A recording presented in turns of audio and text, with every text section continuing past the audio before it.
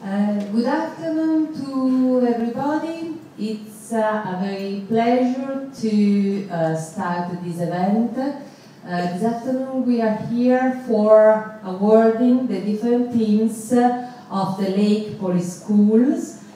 The teams have worked other important people, and okay. I want just to introduce the two people that are close to me. Probably the most of you already have known them.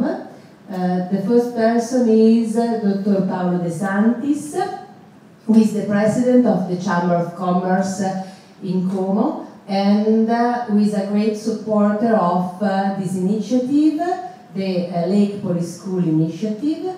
The second person is Professor Giovanni Azzone, Director of Polytechnic of Milan.